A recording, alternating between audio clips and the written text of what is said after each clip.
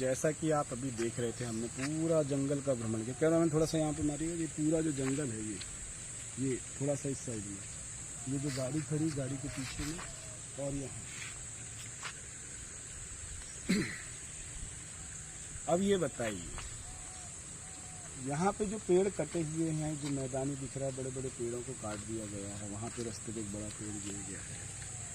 तो पर्यावरण को संरक्षण रखने के लिए, संरक्षित करने के लिए यहाँ की जो जनजाति है, अनुसूचित जनजाति, उसको विस्थापित किया गया। और भारतीय संविधान में बार बार हम सब लोग मिलकर आदिवासी आदिवासी बोल रहे हैं, इसीलिए हो सकता है कि सरकार बोल रही है तो आदिवासियों के लिए लड़ रहे हैं। भारतीय संविधान में अनुसूचित जनजाति की चर्चा की है, अनुसूचित जाति की चर्चा की है, तो इनको आदिवासी की लड़ाई लड़ने दो। अनुसूचित जनजातियों को हम भगाते हैं, विस्थापित करते हैं, ऐसा मुझे व्यतीत होता है। क्योंकि हम लोग हमेशा लगातार जो है जनजातियों की बात नहीं करते, हम आदिवासियों की बात करते हैं। और भारतीय संविधान में जब हमारी आस्था है तो उस पर जो लिखा हुआ अनुसूचित जनजाति, तो यदि जनजाति के प्रति हम अपनी आस्था रखते हैं और उनके लिए जो भारतीय संविधान में 13(3) का और 1994 में जो भू संपादन अधिनियम बनाया, और जैसे हमारे गोंडवाना गठबंधन पार्टी के प्रदेश उपाध्यक्ष हैं, जिला अध्यक्ष हैं, मैं खुद प्रदेश का प्रवक्ता हूँ और प्रदेश कार्यालय प्रभारी हूँ, तो हम इस सभी जगह का निरीक्षण कर रहे हैं। और निरीक्षण करने के बाद में जब हम आकलन करते हैं तो सरकारों ने लगातार, जो सरकार पे जो बैठने वाले लोग हैं, उसने सरकार को नहीं समझा है, भारतीय संविधान को नहीं समझा है, और हमेशा लगातार जो है उनके हक अधिकारों की चीज, जो जल जंगल जमीन का है, स्वशासन का है, इन सब को जो है दरकिनार किया गया है। जबकि अभी जो पेशा अधिनियम की बात कर रहे हैं, जबकि 13(3) का में विधि का बल है, आदिवासियों की रूढ़ी प्रथा को विधि का बल है, और जो NGT बनी है, नेशनल ग्रीन ट्रिब्यूनल, तो वो भी जंगलों को संरक्षित करने की बात करती, लेकिन कभी नेशनल ग्रीन ट्रिब्यूनल के लोगों ने जंगल को और पर्यावरण को संरक्षित करने का कभी प्रयास नहीं किया, कभी सर्वे नहीं किया। यदि वो आके देखेंगे इतने सारे पेड़ कटे हैं, तो ये नेशनल ग्रीन ट्रिब्यूनल क्या है? जब आप वन संरक्षण की बात कर रहे हैं, जब जो गोंडवाना गणतंत्र पार्टी ने 2005 में वन अधिकार अधिनियम के तहत आदिवासी जो जनजाति जो अपने जंगलों के किनारे में बस रही है, जो लंबे समय से खेती करी, तो उनको पट्टा देना था। आज भी सरकार उन सब चीजों से जो है भाग रही है। इसके साथ साथ में जो 275 की राशि थी, उस 275 की राशि से इन सब चीज का विकास करना था, तो इन सभी का घपला कर रही है।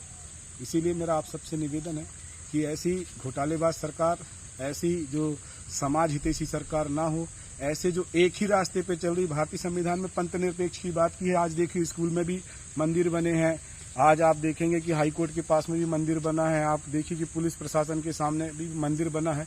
तो क्यों ना वहाँ पे जो है आदिवासियों के और जनजातियों के जो ईस्ट हैं, फड़ा पैन, उनका भी वहाँ पे थाना होना चाहिए था, गुरुद्वारा होना चाहिए था, गिरजाघर होना चाहिए था, और मुस्लिम भाइयों का जो क्या बोलते हैं उसको, मस्जिद होना चाहिए था। तो सर्वधर्म संप्रदाय, सर्वधर्म हिताय की जो बात भारत देश करता है और भारतीय संविधान सबको जोड़ने की बात करता है, तो हम सबको उस पर आस्था रखते हुए एक समान जो है यदि बात करें तो सभी को अपनी अपनी समानता, और आर्टिकल 25 के तहत सबको धार्मिक स्वतंत्रता है, तो फिर उनको भी आज़ादी देनी चाहिए। क्योंकि कोई भी जगह जो गवर्नमेंट के द्वारा इस देश की जनता, इस देश के मतदाताओं के लिए काम कर रही है, वो धर्मनिरपेक्ष होना चाहिए। किसी भी एक धर्म में उसकी आस्था नहीं होनी चाहिए, सभी धर्मों के और सभी धर्मों में आस्था रखने वाले लोगों के लिए एक समान होनी चाहिए। मैं गोंडवाना गणतंत्र पार्टी आने वाले समय में इन सभी विषयों में, सभी मुद्दों पे जो है लगातार संघर्ष करेंगे, और हमारा संघर्ष का जो सफर है वो जारी रहेगा।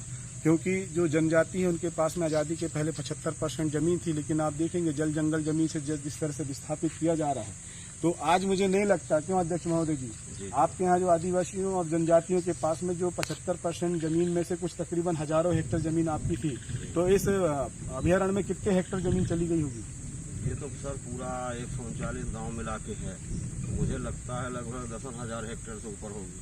तो 10,000 हेक्टेयर जमीन आदिवासी, अनुसूचित जनजाति और ST और SC और OBC तीनों के हाथ से चली गई है।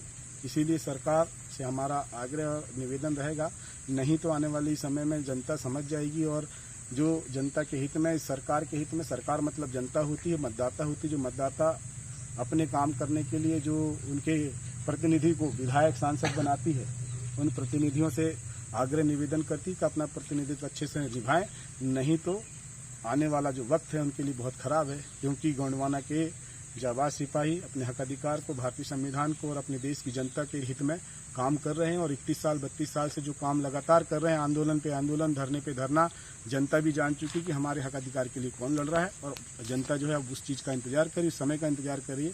और वो समय आ गया है 2023-2024। उस पर हम भाजपा और कांग्रेस को दिखा देंगे कि गोंडवाना गणतंत्र पार्टी के जाबाज सिपाहियों ने क्या काम किया है। जिस तरह से हमने 2003 के बाद से कांग्रेस का सुपड़ा मध्य प्रदेश से साफ कर दिया है, तो भाजपा कौन सी खेत की मूली है। जब हम 47 साल में जमी खमी पार्टी को जो है खत्म कर सकते हैं, तो अब भाजपा की बारी है। भाजपा के लोग, भाजपा के विधायक, सांसद, मंत्री, आप होशियार, खबरदार रहिए। अब की बार 2023 में गोंडवाना की सरकार बनने से दुनिया की कोई ताकत नहीं रोक सकती, क्योंकि यहाँ की जनता चाहती है, यहाँ के मतदाता चाहते हैं कि अब की बार गोंडवाना की सरकार। धन्यवाद। शिवाजी।